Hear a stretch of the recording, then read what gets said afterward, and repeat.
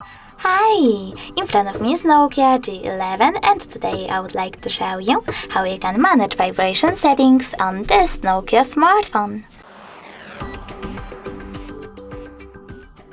Start by opening settings and choosing sound over here. Now you need to click on vibrate phone calls and select one of those options for your incoming calls. Never vibrate, always vibrate, or vibrate first, then ring gradually. I will go with always vibrate, so I have to click on it over here and go back. Now choose shortcut to prevent ringing, and over here you need to click on press power and volume up together, select vibrate if you wish to and go back. After that, tap on advanced, scroll down and tap on the switchers next to charging sounds and vibration, and set vibrations to switch them off or on. Thanks so much for watching. If you enjoyed this video, leave a like, comment and definitely subscribe. Bye!